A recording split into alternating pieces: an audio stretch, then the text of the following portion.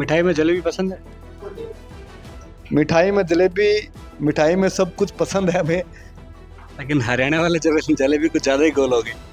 देखो, हरियाणा के अंदर जो मामला हुआ उसमें कहीं ना कहीं चुनाव आयोग पर भी एक बड़ा निशान खड़ा होता है।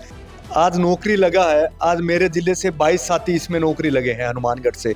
गंगानगर जिले के 30 साथी इसमें नौकरी लगे हैं।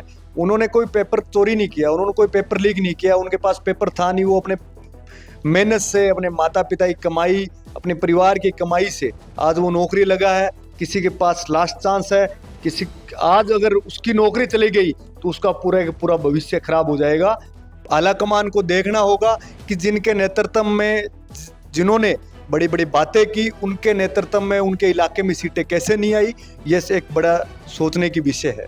आपके कांग्रेस के बड़े नेता ऑब्जर्वर थे, स्टार प्रचारक थे, राजस्थान के जादूगर थे, कहाँ गया जादू? देखो, जादू किसी का नहीं चलता है, जादू जनता का चलता है और नीली छतरी वाले का चलता है। ये सचिन पायलट जी हमेशा कहते हैं, जो काम करेगा, कार्यकर्ता के रूप में काम करेगा, वो आगे बढ़ेगा। किसी ने किसी को गिराने के लिए काम किया है तो वो उससे बड़े ओहदे से गिरेगा। बेरोजगार युवाओं को न्याय दिलाने के लिए कांग्रेस के विधायक और यूथ कांग्रेस के प्रदेश अध्यक्ष अभिमन्यु पूनिया निकल पड़े हैं। आंदोलन को नाम दिया है नौकरी दो, नशा नहीं। ऐसा क्यों?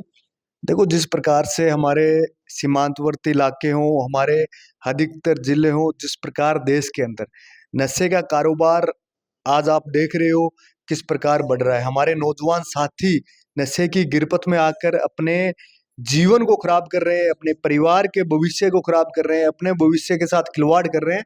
उसकी रोकथाम के लिए सरकारें बातें जरूर करती आई है, लेकिन सरकारों ने अभी कोई अभियान नहीं चलाया है।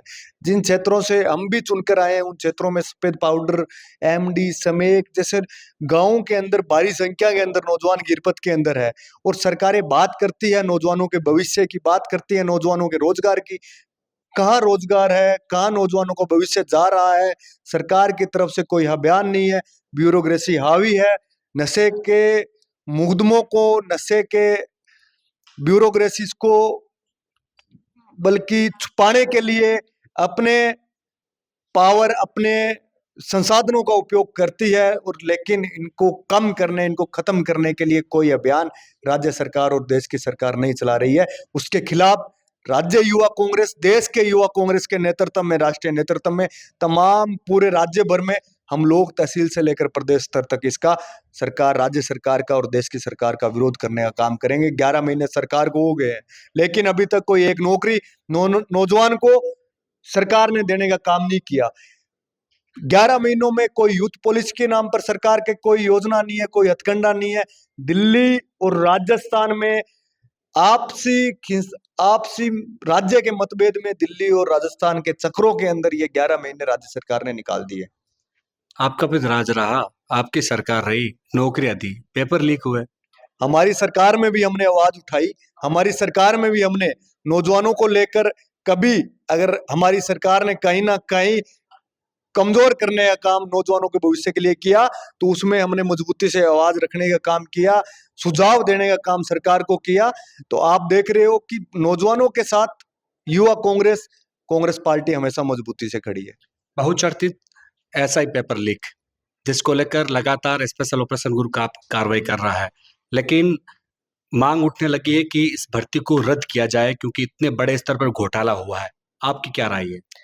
देखो, मेरी व्यक्तिगत राय है कि इसमें जो नौजवान साथी आज नौकरी लगा है, आज मेरे जिले से 22 साथी इसमें नौकरी लगे हैं, हनुमानगढ़ से। गंगानगर जिले के 30 साथी इसमें नौकरी लगे हैं। उन्होंने कोई पेपर चोरी नहीं किया, उन्होंने कोई पेपर लीक नहीं किया, उनके पास पेपर था नहीं। वो अपने मेहनत से, अपने माता पिता की कमाई, अपने परिवार की कमाई से आज वो नौकरी लगा है। किसी के पास लास्ट चांस है, किसी आज अगर उसकी नौकरी चली गई तो उसका पूरा का पूरा भविष्य खराब हो जाएगा, उसके परिवार का भविष्य खराब हो जाएगा। हम चाहते हैं कि जो इसमें निर्दोष है, जो व्यक्ति, जो विद्यार्थी निर्दोष है, उसको नौकरी दी जाए। जो दोषी है, और उस समय कौन दोषी था, किसने कराई, बड़े मगरमच्छ कहाँ हैं, आप उनकी बात करो। आप 2 आरपीएससी सदस्यों को जेल में डालकर क्या संदेश देना चाहते हो? आप उस समय आरपीएससी भंग करो। आप उस समय में आरपीएससी में चेयरमैन कौन था, उस पर कार्रवाई करो। आप उस समय में कौन बड़े बड़े पदों पर बैठा था, कहां से वो चेयरमैन चल रहा था, आप उन पर कार्रवाई करने का काम करो, हम आपके साथ है, लेकिन निर्दोष विद्यार्थियों और परीक्षार्थियों साथ भी हम खड़े हैं कि उनके साथ ना इंसाफी कहीं ना कहीं होगी तो एक युवा। आपका मानना है कि भर्ती को रद्द नहीं किया जाए, बिल्कुल लेकिन जब आपने सचिन पायलट के साथ में पैदल मार्च निकाला, वो किसके लिए था आपके राज्य में जब निकाला था? बिल्कुल, उस समय पैदल मार्च निकला आरपीएससी को भंग के लिए था। आरपीएससी को भंग करो, इस पेपर में भर्ती में कौन दोषी है उस पर सबसे बड़ी कार्रवाई होनी चाहिए। आज हम उस बात पर खड़े हैं। मतलब आपका मानना है कि अभी भी कोई बड़े मगरमच्छ है जो पकड़े नहीं गए? बिल्कुल, अभी भी जो बड़े मगरमच्छ हैं, जो अभी भी खुलेआम जो इस पेपर चोरी, आगे आने वाले पेपर चोरी में जो शामिल हो सकते हैं, उस समय बड़े पदों पर कौन थे? आप आरपीएससी सदस्य कैसे बने, किस व्याप पर बने, क्या क्वालिटी थी, आपको उस पर कार्रवाई है, उस पर देखना चाहिए। और उस समय कैसे पेपर लीक हुए, तो जो बड़े पदों पर थे उस पर कार्रवाई करने का काम सरकार करे, हम स्वागत करते हैं। तब बीजेपी के नेता कहते थे कि कांग्रेस के बड़े नेता हैं, आप मानते हैं? कांग्रेस के बड़े नेता हैं तो पकड़ो आप। कांग्रेस के अगर बड़े नेता थे तो उसमें आज मैसेज क्यों नहीं दे रही राज्य सरकार? राजस्थान सरकार को पकड़ना चाहिए, एसओजी को मैसेज देना चाहिए। उस समय अगर कांग्रेस के भी बड़े नेता उसमें शामिल थे, तो जो शामिल है उसमें कहीं ना कहीं कुछ किया है तो वो भुगतेगा। मतलब उन पर यदि कार्रवाई नहीं हो रही उन नेताओं के खिलाफ, या कोई बड़े अफसरों के खिलाफ बताया जा रहा है कि बड़े मगरमच्छ है लेकिन हाथ नहीं डाल पा रहे हैं, ये क्या मिलाजुली का खेल है क्या? बिल्कुल, ये संदेश मिला जुली का आम नौजवानों में जब जाएगा तो राज्य सरकारों के प्रति आम नौजवानों की, आम नागरिक की उपयोगिता खत्म हो जाएगी, उनके क्रेडिबिलिटी खत्म हो जाएगी सरकारों की। अगर आप लोग एक, जिस विद्यार्थी ने पेपर चोरी नहीं किया, जिस विद्यार्थी ने पढ़कर पेपर दिया, आप उसको भी भविष्य के साथ खिलवाड़ कर रहे हो और बड़े से बड़ा मगरमच्छ आप छोड़ने का काम कर रहे हो, तो ऐसी परिस्थितियां ना हो। आपको अगर, हम इस बात पर अड़िग हैं कि जो बड़ा मगरमच्छ है, जिसके लिए नौजवानों ने यात्राएं की, जिसके लिए नौजवानों ने लड़ाई लड़ी, आपको उनकी मांग को, उसकी बात को सुनना चाहिए और राज्य सरकार को एक बड़ा संदेश देना चाहिए। आपने मुख्यमंत्री भजनलाल को एक लेटर भी लिखा है, उसमें भर्ती को यथावत रखने की मांग की है, लेकिन यूथ जो अभ्यर्थी हैं जिन्होंने एग्जाम दिया है, वो कह रहे कि ये कांग्रेस का दोहरा चरित्र है। एक तरफ तो उनके राज में पेपर लीक होते हैं, फिर जब दूसरा राज आता है, भर्ती को रद्द करने की तैयारी होती है, बोलते हैं भर्ती को यथावत रखो। मतलब कुछ गोलमाल है, दाल कुछ काली लग रही है। हमने पेपर में, हमने जो लेटर लिखा है, हमने उस लेटर में, मैंने हमारे जिलों में, जिन जिलों से हम निर्वाचित होकर आए हैं, उन जिलों के विद्यार्थियों की बात रखी है। हमारा हक है जिन, जहां से हम निर्वाचित होकर आए हैं, उनके नौजवानों की बात रखने का, राज्य के नौजवानों की बात रखने का, कि हमने निर्दोष नौजवानों को, उनके भविष्य को बचाने के लिए हमने हमारी बात रखी सरकार से। सरकार को जो भर्ती में लिप्त है, जो दोषी है, उस पर कार्रवाई करनी चाहिए। कौन मना कर रहा है? हम स्वागत कर रहे हैं कार्रवाई का, और जो कार्रवाई की है उसका स्वागत है कि आपने आरपीएससी सदस्यों को पकड़ा है जो उसमें शामिल थे, उनके रिश्तेदार शामिल थे, और कौन रिश्तेदार थे और किसके रिश्तेदार थे, आप उन पर भी कार्रवाई करने का काम करो, हम आपका स्वागत करेंगे। मिठाई में जलेबी पसंद है? मिठाई में जलेबी, मिठाई में सब कुछ पसंद है हमें। लेकिन हरियाणा वाले जलेबी कुछ ज्यादा ही गोल हो गई।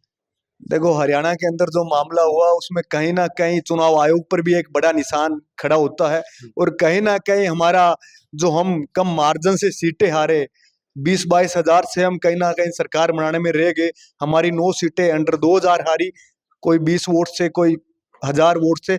हमें इस चीज का, इस पर एक बड़ा इम्प्लीमेंट करना होगा, इस पर एक बड़ा सोचनीय बात है हमारे पूरे कांग्रेस पार्टी के लिए, हरियाणा के कांग्रेस नेताओं के लिए, कि आने वाले समय में हम हमारे बूथ और अपने गांव और अपने शहर के बूथों को, बूथ को मजबूत करने का काम करें, ताकि आने वाले समय में कभी ऐसे चुनाव में जाए तो लहर कांग्रेस की थी।